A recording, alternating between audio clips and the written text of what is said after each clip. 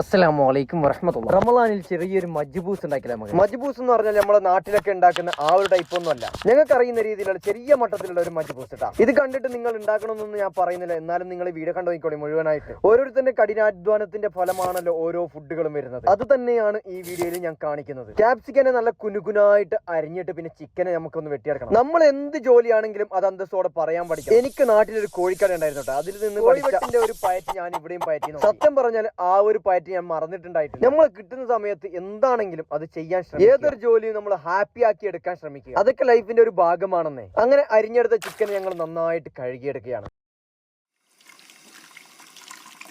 നല്ല വൃത്തിയാക്കിയിട്ടെടുത്ത വെളുത്തുള്ളി വേണം കേട്ടോ. അതിന്റെ മുകളിലോട്ട് നമുക്ക് ജീരകപ്പൊടി, പിന്നെ നല്ല ക്വാളിറ്റിയുള്ള കുരുമുളക് പൊടിയും ഉപ്പ് ഇടേണ്ട ആവശ്യമില്ല. സത്യം പറഞ്ഞാൽ ഇതൊക്കെ മിക്സ് ചെയ്യുന്നത് ഷിബാനാണ്. അതുകൊണ്ടാണ് ഞാൻ മസാലകളൊക്കെ കുറച്ച് കൂടുതലൊന്നും പറയാൻ നിൽക്കാത്തത്. എന്നിട്ട് നന്നായിട്ടൊന്ന് മിക്സ് ചെയ്ത് കൊടുക്കട്ടെ. നല്ല എത്രത്തോളം മിക്സ് ചെയ്യുന്നോ അത്രത്തോളം അതിന് ചിക്കനുള്ള മസാല പിടിക്കും. ഏകദേശം 2-3 മിനിറ്റോളം നന്നായി മിക്സ് ചെയ്ത ശേഷം നേരത്തെ വെട്ടി വെച്ചിരുന്ന മിന്റ് നല്ല മിന്റും പിന്നെ ക്യാപ്സിക്കം പിന്നെ മല്ലിയൊക്കെ കൂട്ടിയിട്ടുള്ള ഒരു കൂട്ടും കൂടി അതിനൊക്കെ മേലെ ചേർത്ത് കൊടുത്തു. പിന്നെ ലേശം ഓയിലും ചേർത്ത് കൊടുത്തു. ഉണ്ടല്ലോ അത് നല്ല ഉഷാറായി. അങ്ങനെ വീണ്ടും ഞങ്ങൾ മിക്സ് ചെയ്തിട്ട് അതിനെ ഒന്ന് മസാല ആ ചിക്കനിലേക്ക് പിടിക്കാൻ പാകത്തിനുള്ള ആ ഒരു സമയം വരെ മിക്സ് ചെയ്തോട്ടോ. പിന്നെ അതിനിടയ്ക്ക് ഞങ്ങൾ വേറൊരു സാധനം കൂടി അതിന് ചേർത്തായിരുന്നു, ബട്ടർ ഇല്ലെങ്കിൽ അതിൽ ഓയിൽ ചേർത്താലും മതി. ഓയിൽ ചേർത്തിട്ടുണ്ട്, എന്നാൽ ഞങ്ങൾ ബട്ടർ ചേർത്തിട്ടുണ്ട്. എല്ലാം മിക്സ് ചെയ്ത ശേഷം ഒരു 5-10 മിനിറ്റ് നിങ്ങൾ വെച്ചാൽ നന്നായി. അങ്ങനെ മിക്സ് ചെയ്ത് അവസാനം ഞങ്ങൾ അടുപ്പത്ത് കയറ്റി. അടുപ്പത്ത് വെക്കുമ്പോൾ ആദ്യം സൂക്ഷിക്കേണ്ടത് അടിക്ക് പിടിക്കാതിരിക്കാനാണ് നമ്മൾ ശ്രമിക്കേണ്ടത്. എപ്പോഴും നന്നായി ഇളക്കി കൊടുത്തോണ്ട് കേട്ടാ. ഞങ്ങൾ 3 പേര് നിന്ന് ഇളക്കി കൊടുത്ത് അവസാനം ഞങ്ങളുടെ കയ്യിലുണ്ടായിരുന്ന റൈസ് ഉണ്ടാവും. ബിരിയാണിയുടെ വലിയ റൈസ് എല്ലാവർക്കും അറിയുമായിരിക്കും. റൈസ് ഞങ്ങൾ ഉണ്ടാക്കി വെച്ചായിരുന്നു. അപ്പൊ അതിനെയും കൂടി അതിലേക്ക് ചേർത്ത് കൊടുത്തു. അതിന്റെ മണ്ടയിലോട്ട് കുറച്ച് കുരുമുളക് പൊടിയും കൂടി ചേർത്ത് കൊടുത്തു. എന്നിട്ട് ഒന്നും കൂടി മൂടി വെച്ച് ദമ്മാക്കണം. ഇപ്പൊ ഈ റൈസിനും ചിക്കനും ഒരു മണം വന്നിട്ടുണ്ട്, പ്രത്യേക മണം. അത് നിങ്ങൾക്കും ഈ ഒരു വീഡിയോ കാണുമ്പോൾ നിങ്ങളുടെ മൂക്കിലേക്ക് എത്തിയിട്ടുണ്ട്. വെയിറ്റിംഗിലാണ് ലത്തീഫ് കയ്യും മുനീഷും അക്ബറും ഞാനും ഒക്കെ. ഇതുപോലെ എത്ര പ്രവാസികളുടെ മുറിയിൽ കൂട്ടായി ഫുഡ് വെക്കുന്നുണ്ടാവൂല്ലേ, അതും നമ്മുടെ UAE-ൽ. മുത്തോണികളെ എല്ലാം റെഡിയായി. ഇനി നമുക്ക് കഴിക്കാനുള്ള ഒരു സമയമാണ്. പ്ലേറ്റിലേക്ക് ഓരോരാളായിട്ട് ഇട്ട് കഴിക്കുകയാണ്. അൽഹംദുലില്ലാ, സർവശക്തനായ റബ്ബിന് സ്തുതിയല്ലേ. മുത്തുമണികളെ, അപ്പൊ വീഡിയോ ഇഷ്ടപ്പെട്ടോ? എന്തായാലും നിങ്ങൾ വീഡിയോ ഇഷ്ടപ്പെട്ട് കഴിഞ്ഞാൽ ഒന്ന് ഷെയർ ചെയ്ത് കൊടുക്കണം. ഫോളോ ചെയ്യാനും കൂടി മറക്കല്ലേട്ടാ. അപ്പൊ ഓക്കെ, നെക്സ്റ്റ് വീഡിയോ കാണല്ലേ. ഓക്കെ,